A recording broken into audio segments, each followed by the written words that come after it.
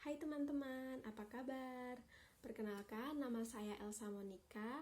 Saya dari Pendidikan Dasar Fakultas Pasca Sarjana Universitas Negeri Semarang. Nah, pada kesempatan kali ini saya akan menjelaskan mengenai desain pembelajaran blended learning. Oh iya, sebelum kita mulai, jangan lupa like, komen, subscribe, share. Makasih. Yuk, kita belajar.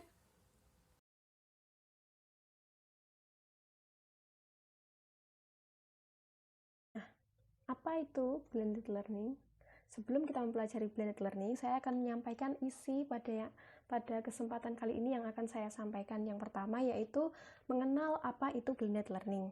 Yang kedua yaitu presentase blended learning. Yang ketiga desain pembelajaran blended learning. Nah, blended learning. Apa itu blended learning? Blended learning adalah sebuah kemudahan pembelajaran yang menggabungkan berbagai cara penyampaian, model pengajaran, dan gaya pembelajaran. Memperkenalkan berbagai pilihan media dialog antara fasilitator dengan orang yang mendapat pengajaran. Blended learning di sini juga sebagai sebuah kombinasi pengajaran langsung, face-to-face, dan pengajaran online. Oh iya, seperti yang kita ketahui, Indonesia saat ini kan sedang di masa era pandemi COVID. Nah, maka dari itu pemerintah sebentar lagi akan mencanangkan pembelajaran versi blended learning, di mana pembelajaran di sini menggunakan presentase antara pembelajaran online dengan pembelajaran secara tatap muka atau face to face. Nah, presentase pembelajaran blended learning. Presentase pembelajaran blended learning di sini nggak boleh sembarangan loh teman-teman. Minimal itu untuk pembelajaran, untuk perbandingannya itu minimal 70/30%. Jadi pembelajaran online minimal 30%. Karena di Indonesia sendiri seperti yang kita ketahui, Indonesia itu belum bisa mencanangkan hybrid learning atau pembelajaran online secara menyeluruh. Karena seperti yang kita ketahui bahwasanya Indonesia belum maju khususnya dalam bidang komunikasi, belum sepenuhnya Indonesia terjangkau oleh komunikasi sinyal yang kuat. Nah, ini dia model pembelajaran blended learning. Untuk kelas 5, tema 6, subtema 1, mengenai suhu dan kalor. Pada pengembangan atau desain pembelajaran blended learning yang saya buat di sini, dengan proporsi kegiatan pembelajaran 67% pembelajaran langsung dan 33% pembelajaran kelas. Nah, dalam satu subtema terdapat 6 pembelajaran dengan perbandingan pengajaran antara pembelajaran offline dan online. Saya membuatnya perbandingannya 4:2, yaitu 4 pembelajaran offline dan 2 pembelajaran online. Nah, ini dia. Saya membuat ini pada kelas 5 tema 6.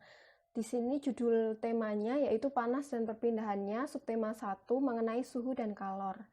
Berikut desain pembelajaran blended learning. Nah, ini pembelajaran yang pertama ya, teman-teman. Pembelajaran yang pertama di sini dilaksanakan secara langsung di kelas. Kompetensi dasarnya yang digunakan pada buku siswa itu ada bahasa Indonesia dan IPA. Nah, pada bahasa Indonesia itu ada KD 3.3 dan 4.3. KD 3.3 meringkas teks penjelasan eksplanasi dari media elektronik atau media cetak. Menyajikan ringkasan teks, penjelasan atau eksplanasi dari media cetak atau elektronik dengan menggunakan kosakata baku dan kalimat efektif secara lisan, tulis, dan visual. Nah, untuk KD IPA-nya itu ada KD 3.6 dan 3.4.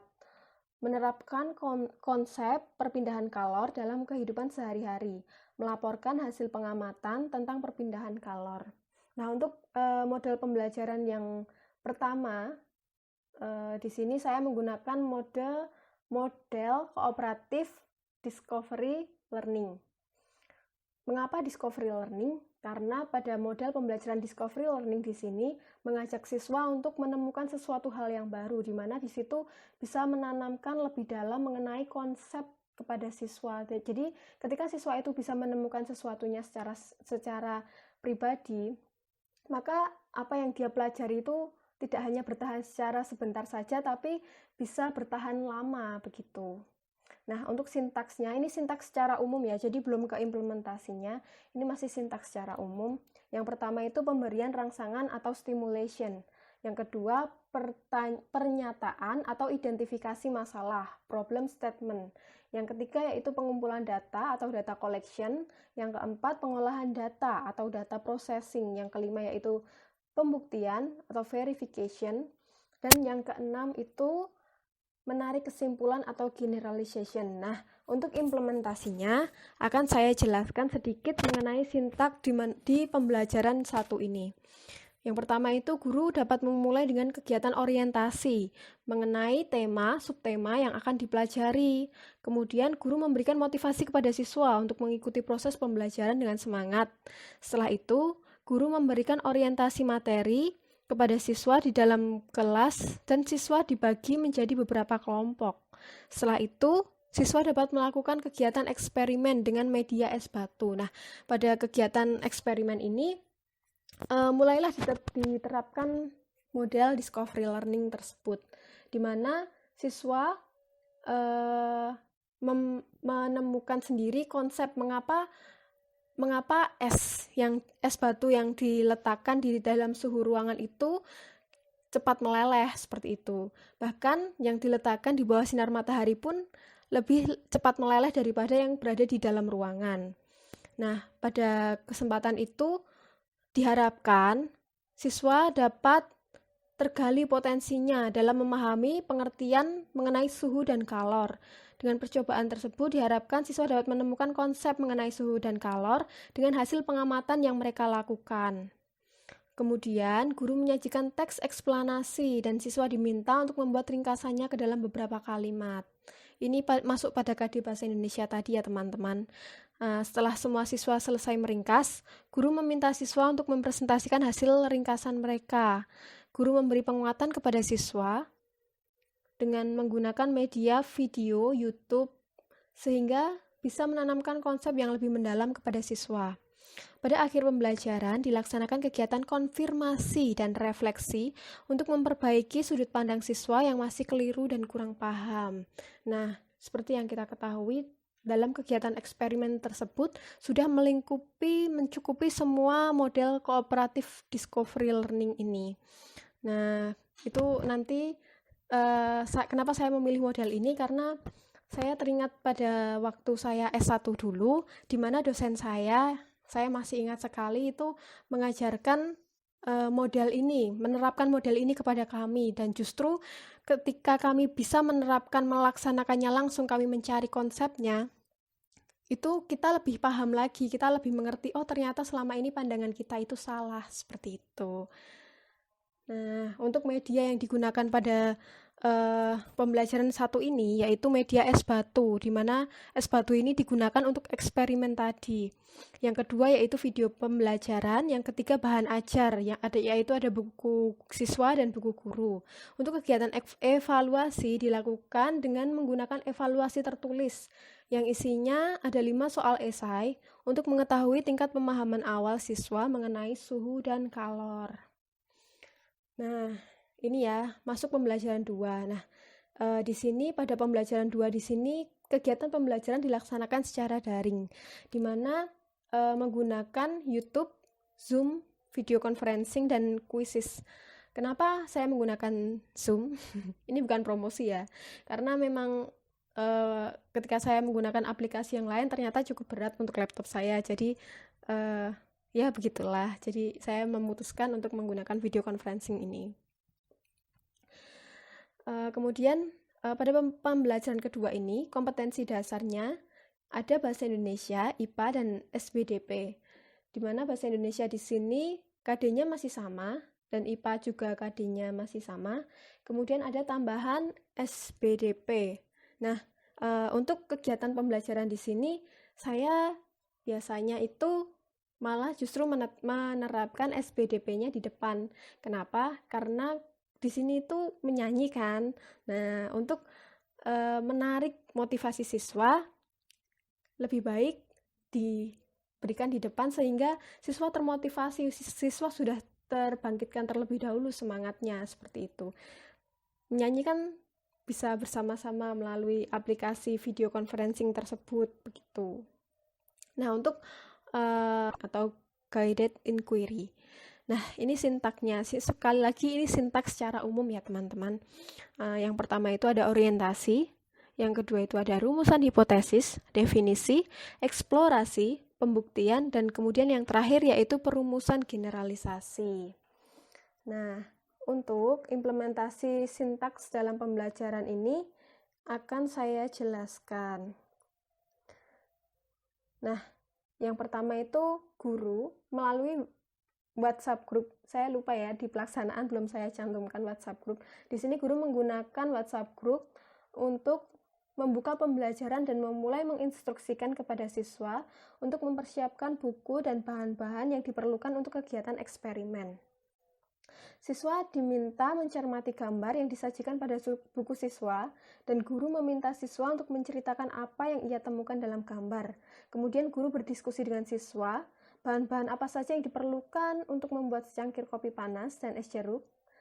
Guru juga dapat menanyakan minuman apa saja yang biasanya tersaji secara panas dan tersaji secara dingin. Nah, di sini guru mencoba memancing siswa ini untuk memperkenalkan suatu permasalahan. Kenapa sih bisa seperti itu gitu.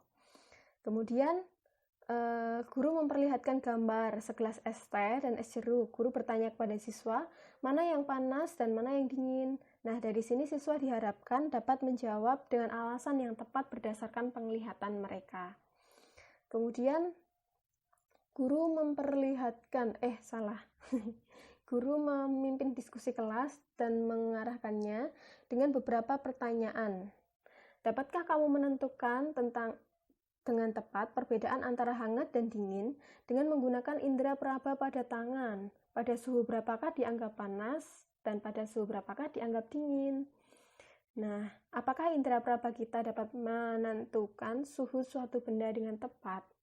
Pasti tidak bisa ya, teman-teman. Kita tidak bisa memberi patokan kalau hanya dengan kulit kita saja, indera peraba kita saja, kita tidak akan tahu itu suhunya berapa. Nah, dari situ siswa diajak untuk melakukan kegiatan eksperimen di rumah seperti itu. Eksperimen di sini menggunakan termometer. Nah, kemudian guru memimpin diskusi kelas dan mengarahkannya dengan beberapa pertanyaan. Dapatkah kamu menentukan dengan tepat perbedaan antara hangat dan dingin dengan menggunakan indera peraba pada tangan? Siswa membaca dan mencermati bacaan yang berjudul Perbedaan Suhu dan Panas secara Individu. Kemudian siswa dapat menuliskan beberapa definisi yang ada dalam bacaan serta kata-kata baru yang masih belum dimengerti. Kemudian dapat ditanyakan kepada guru. Kemudian siswa menggarisbawahi informasi-informasi penting yang ia dapatkan dari bacaan. Guru memberikan penekanan pada paragraf terakhir dan membahas bersama-sama perbedaan suhu dan panas. Siswa dapat melakukan percobaan tentang cara kerja termometer menggunakan langkah-langkah yang sudah ada dalam buku siswa. Nah, di sini di buku siswa sebenarnya sudah ada panduannya ya. Jadi kita tinggal menginstruksikan siswa untuk membuka buku siswa. Kemudian dari instruksi-instruksi itu kita bisa membimbing melalui video conferencing tersebut. Jadi tetap dalam bimbingan, tetap dalam pengawasan seperti itu. Kemudian guru menggunakan dialog yang disajikan pada buku siswa untuk menyambungkan kegiatan. Siswa membaca dan mencermati bacaan yang berjudul tangga nada dalam bacaan tersebut, kemudian dijelaskan tentang tangga nada pentatonik dan diatonik. Nah, kalau ini SBDP-nya di belakang ya. Kalau tadi kalau saya sebenarnya lebih condong SBDP itu ditaruh di depan, tapi karena ini mengikuti buku guru, maka ini SBDP-nya saya taruh di belakang, seperti itu. Nah, kemudian guru menyajikan dalam bentuk irama singkat dan siswa diminta untuk mengidentifikasikan perbedaan antara kedua tangga nada tersebut dan menyajikan dalam bentuk tabel. Kemudian siswa mencermati teks, lagu, dan tangga nada pada lagu Cublak-Cublak Suweng dan lagu Gundul-Gundul Pacul. Siswa mengidentifikasi jumlah nada dan yang digunakan dalam kedua lagu tersebut. Siswa kemudian menyimak dua lagu daerah yang ada dalam buku siswa. Kemudian siswa mengamati nada-nada yang digunakan dari kedua lagu tersebut. Siswa dan guru menyanyikan lagu daerah tersebut dan memahami makna dari lagu tersebut. Nah, kemudian pada kegiatan evaluasi, setelah pembelajaran selesai, guru menggunakan kuisis.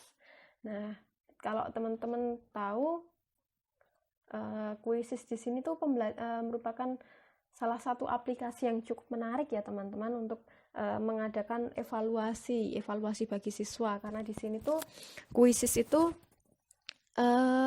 seperti turnamen gitu, seperti turnamen. Jadi antara siswa satu dengan siswa yang lain tuh nanti ada scoringnya, dan scoringnya di sini kita bisa masukkan ke dalam Google Classroom sehingga kita juga bisa melihat hasil nilai siswa tersebut. Nah, ini contoh tampilan dari kuisis.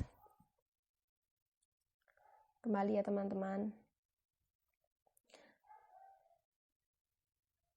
Nah, ini media yang digunakan tadi yaitu video pembelajaran, bahan ajar, buku siswa, buku guru, video conferencing, dan kuisis. Kemudian kegiatan evaluasi di sini digunakan soal-soal pilihan ganda yang dilakukan dalam bentuk game atau perlombaan antara siswa yang satu dengan yang lain melalui sistem peringkat.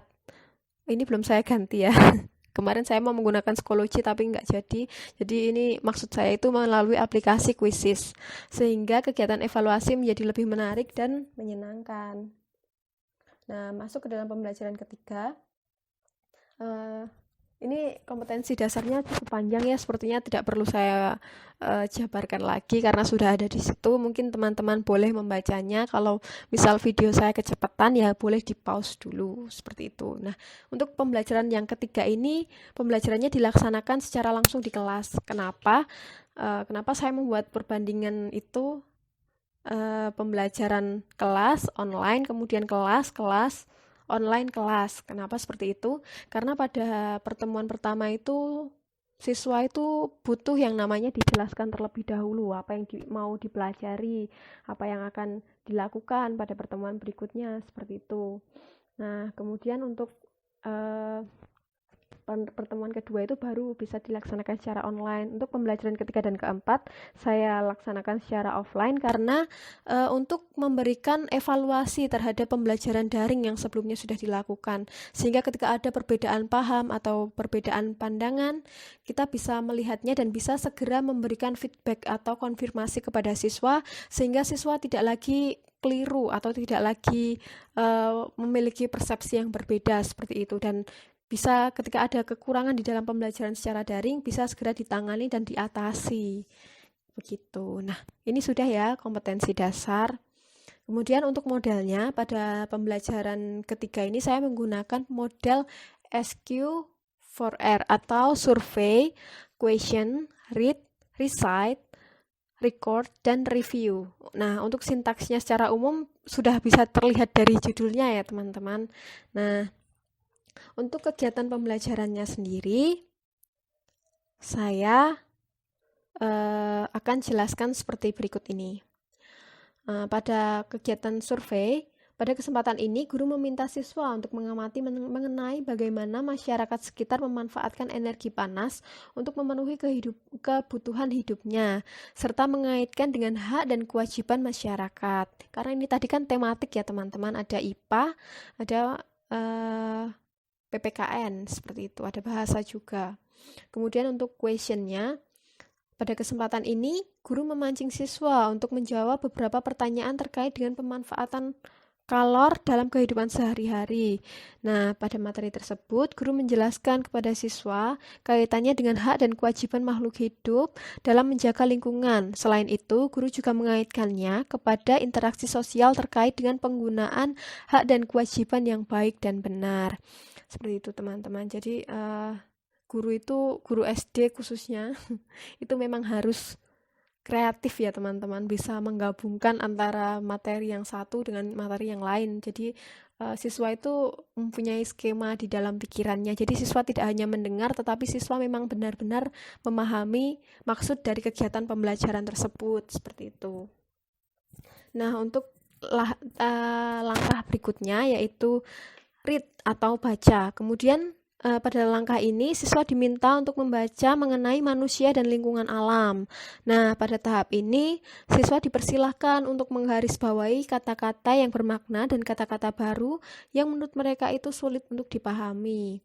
Nah, di sini itu selain untuk memperdalam wawasan siswa, di sini juga sudah masuk ke dalam kompetensi bahasa tadi ya. Kemudian untuk recite, setelah siswa selesai membaca, siswa diperbolehkan untuk menulis kata-kata baru yang ia temukan dari bacaan tersebut, lalu menuliskan informasi penting untuk memupuk rasa ingin tahu siswa. Dan siswa diberi kesempatan untuk membuat 2 pertanyaan yang berhubungan dengan bacaan.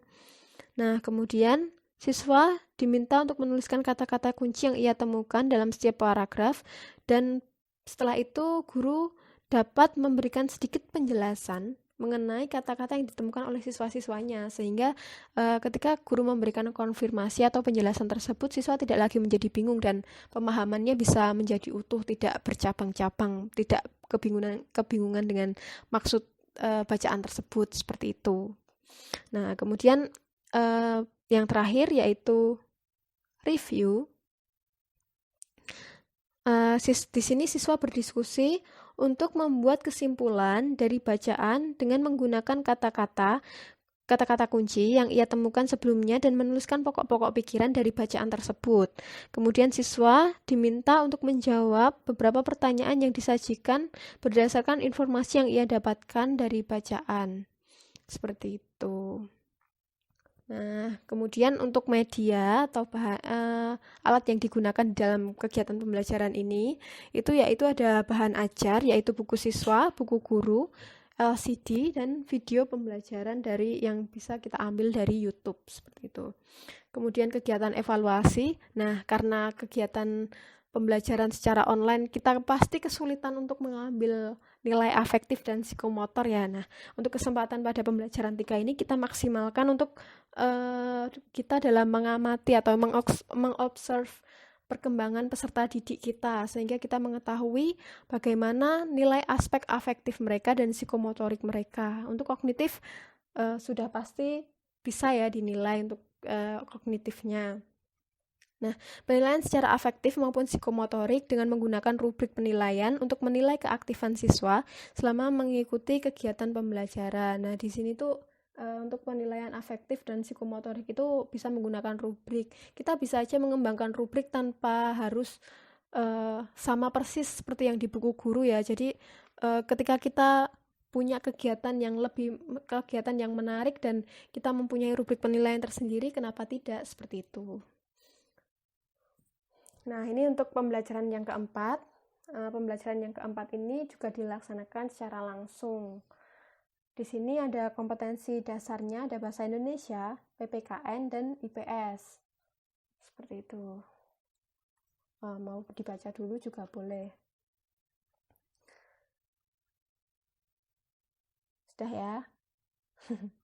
Kemudian ini model yang digunakan yaitu model problem based learning.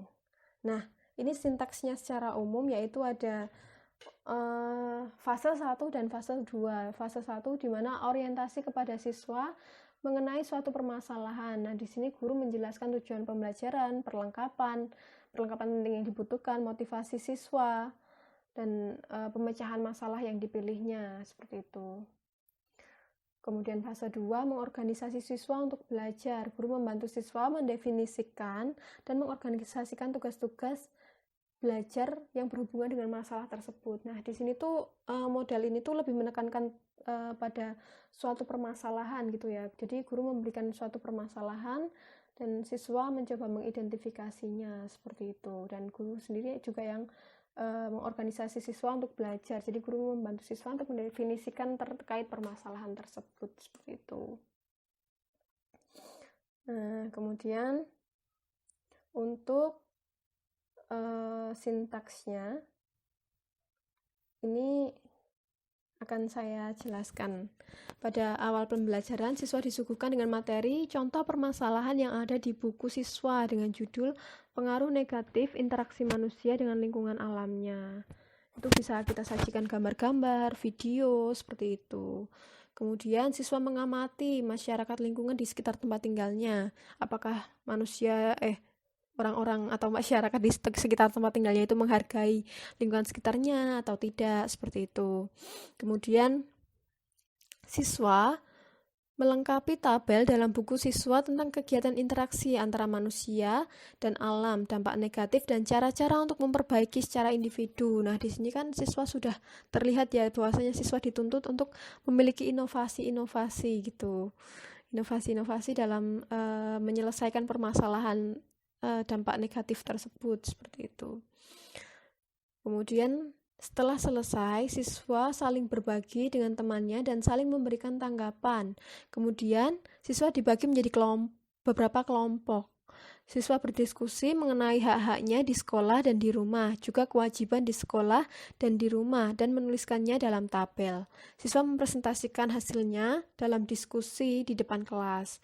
Kemudian, siswa yang lain memberikan tanggapan dan pertanyaan dari hasil presentasi temannya. Nah, di sini guru bisa memberikan penguatan ya, setelah ada siswa-siswa yang bertanya itu, guru bisa memberikan penguatan seperti itu. Nah, di akhir kegiatan, siswa membuat kesimpulan dari kegiatan yang sudah dilakukan bersama pada hari itu. Kemudian media yang digunakan pada kegiatan pembelajaran 4 ini, yaitu ada bahan ajar dari buku siswa dan buku guru, LCD, video pembelajaran, boleh ditambah gambar-gambar kayak gitu. Kemudian kegiatan evaluasi di sini menggunakan 5 soal esai. Esainya esai bebas ya, uraian atau dengan jawaban terbuka. Jadi di sini tuh kita mengajari siswa untuk berpikir kritis dan berpikir kreatif bagaimana caranya mengatasi suatu permasalahan yang ada di lingkungan tempat tinggalnya, seperti itu. Nah, sehingga guru dapat menilai pemahaman siswa dan tingkat berpikir kritis siswa dalam menghadapi suatu permasalahan. Selain itu, guru juga memberikan penilaian secara afektif maupun psikomotorik dengan menggunakan rubrik penilaian. Nah, ini untuk pembelajaran kelima. Ini juga dilaksanakan kembali dengan versi online ya, secara daring melalui beberapa media pembelajaran. Ada YouTube, ada Zoom, ada Quizzes, seperti itu. Ini untuk KD-nya bisa teman-teman pelajari sendiri, bisa dibaca seperti itu. Kemudian untuk model pembelajaran yang digunakan dalam pembelajaran online ini, saya menggunakan model pembelajaran kontekstual. Kenapa kontekstual? Karena kan posisinya siswa di rumah, jadi siswa bisa mengobservasi lingkungannya secara langsung, secara kontekstual ada di situ gitu. Nah, secara umum CTL atau kontekstual di model pembelajaran kontekstual di sini ada 7 step, yaitu modeling, questioning, learning community, inquiry, constructivism, reflection, dan authentic assessment. Nah, untuk kegiatan pembelajarannya akan saya sampaikan. Yang pertama itu modeling. Siswa di sini mengamati gambar yang disajikan dalam buku siswa. Gambar yang disajikan adalah gambar mengenai 2 buah panci yang berbeda ukurannya. Kedua panci tersebut diisi dengan air penuh dan berada di atas kompor yang menyala. Nah, kemudian di sini guru memancing nih dengan pertanyaan atau questioning tadi. Guru memberikan beberapa pertanyaan terkait gambar untuk memandu kegiatan pengamatan terhadap gambar. Kemudian ada learning community. Di tahap learning community di sini, siswa secara berkelompok diminta untuk mengidentifikasi kegiatan yang dilakukan sehari-hari dan menentukan energi panas atau kalor yang dibutuhkan. Kemudian, siswa diminta membandingkan jenis-jenis kegiatan yang berbeda dan menentukan kegiatan mana yang membutuhkan energi panas yang lebih banyak. Kemudian di tahap inquiry, di sini ada identifikasi, investigasi, hipotesis, generalisasi atau menemukan sesuatu seperti itu. Jadi kita bisa luas ya sebenarnya di sini tuh di inquiry sendiri. Di sini kegiatan pembelajarannya di sini, kegiatan tersebut disambungkan dengan teks percakapan antara Dayu dan Siti. Ini ada di buku siswa.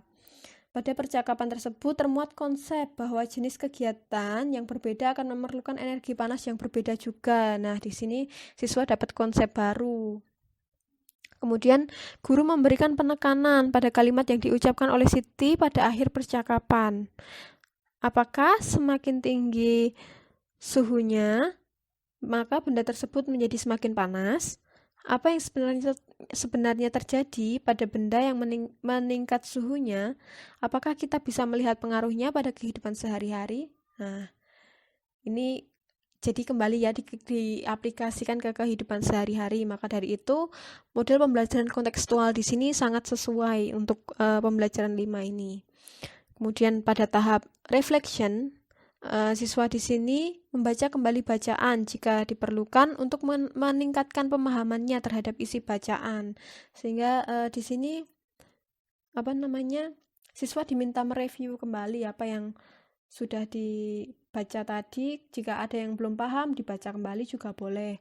Tapi misal sudah paham, kita bisa memberikan penekanan kepada siswa mengenai inti-inti atau konsep-konsep yang sudah dipelajari pada hari ini, seperti itu.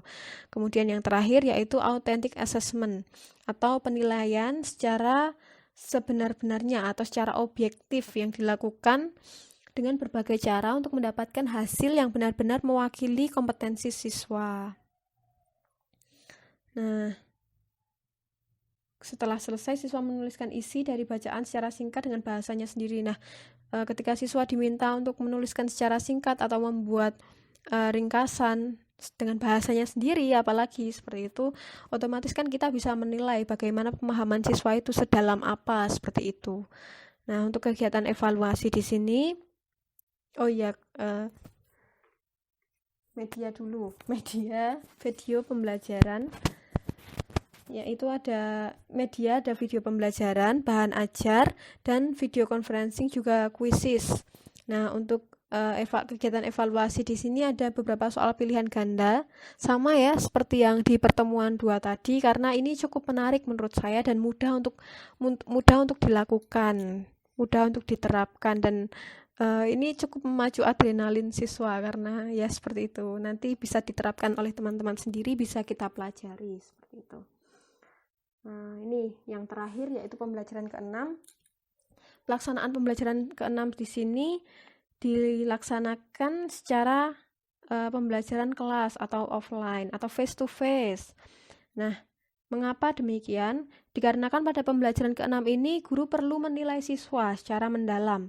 Apakah siswa tersebut benar-benar sudah memahami seluruh konteks isi subtema 1 atau belum? Jika belum, maka guru perlu melaksanakan remedial. Namun jika sudah, guru bisa memberikan pengayaan. Selain itu, pada pertemuan 6 ini merupakan kesempatan bagi guru untuk mempersiapkan siswa untuk memasuki pada subtema berikutnya. Maka akan lebih mudah bagi guru jika berkoordinasi secara langsung atau face to face dengan siswa. Hal ini bertujuan untuk memperdalam pengetahuan siswa dan meningkatkan kemampuan atau creative thinking siswa, sehingga keterampilan abad 21-nya juga tercukupi ya teman-teman. Seperti itu. Nah, ini kompetensi dasarnya bisa kita lihat sama sih sebenarnya sama yang di atas-atas tadi. Cuman ya itu pengkategoriannya yang pendalaman materinya yang beda, seperti itu. Nah, untuk modelnya pada pertemuan terakhir ini, guru menggunakan model pembelajaran project based learning atau pembelajaran berbasis proyek. Nah, untuk sintaksnya secara umum, di sini yang pertama yaitu penentuan pertanyaan mendasar atau start with essential question. Yang kedua, menyusun perencanaan proyek. Yang ketiga, menyusun jadwal. Yang keempat, memantau siswa dan kemajuan proyeknya. Kemudian yang kelima, penilaian hasil. Dan yang keenam atau yang terakhir yaitu evaluation experience atau mengevaluasi pengalaman belajar siswa, seperti itu. Untuk implementasinya sendiri dalam sintaks dalam pembelajaran ini akan saya sampaikan. Yang pertama itu yang model ini itu guru mengajak siswa bernyanyi bersama-sama dengan beberapa lagu. Nah, ini seperti yang saya bilang tadi ya, lebih baik itu SBDP itu kalau di depan itu lebih asik sebenarnya. Guru mengajak siswa bernyanyi bersama-sama beberapa lagu untuk membangkitkan semangat siswa dalam mengikuti kegiatan pembelajaran. Kemudian yang kedua, siswa mencari dan menentukan sebuah lagu dari daerah yang ia kenal agar lebih mengenal lagu daerah. Yang ketiga, kemudian siswa mencari notasi angkanya dalam buku lagu dan menyalin lagu tersebut mengikuti notasi angkanya. Kemudian siswa mempelajari tangga nada yang digunakan pada lagu tersebut. Lalu siswa mempelajari bagaimana lagu tersebut dinyanyikan untuk mendapatkan kesan dari lagu tersebut. Ini yang masih masuk SPDB. Kemudian siswa menuliskan semua pekerjaan tangannya pada kertas berukuran A4 serta menghiasinya untuk nanti ditempelkan pada clipping. Nah, pada pembelajaran ke-6 ini guru mengajak siswa untuk membuat proyek, yaitu proyek clipping, di mana clipping tersebut dikerjakan secara kelompok dengan melakukan wawancara dengan temannya terkait kegiatan di rumah serta mengelompokkannya ke dalam tabel hak dan kewajiban di rumah. Kemudian guru memberikan penugasan proyek kepada siswa berupa pembuatan clipping.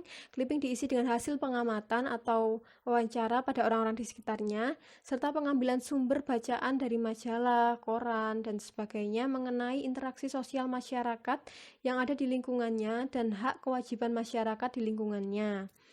Kemudian guru menjelaskan kepada siswa kapan batas pengumpulan clipping tersebut. Jadi di sini guru menyusun jadwal serta memantau siswa dalam kemajuan proyek tersebut, seperti itu. Kemudian guru melakukan penilaian hasil. Kemudian pada akhir bisa dilakukan pertemuan. Pada akhir pertemuan ini guru bisa melakukan penilaian secara seperti biasanya, ada aspek kognitif, aspek afektif, dan psikomotor. Kemudian untuk hasil proyek ini bisa dinilaikan pada pertemuan-pertemuan berikutnya, tergantung teman-teman atau bapak ibu guru kesepakatan dengan siswa harus dikumpulkan kapan, seperti itu. Dan di sini sangat berharga ya, karena siswa dilatih kreativitasnya lagi, cara berpikir kritisnya lagi, seperti itu. Dan komunikasinya juga dilatih, apalagi dengan kegiatan wawancara tersebut, seperti itu. Ya, ini model ini cukup menarik. Kemudian untuk media pembelajarannya itu ada bahan ajar, ada LCD, ada video YouTube, video pembelajaran yang saya ambil dari YouTube, seperti itu.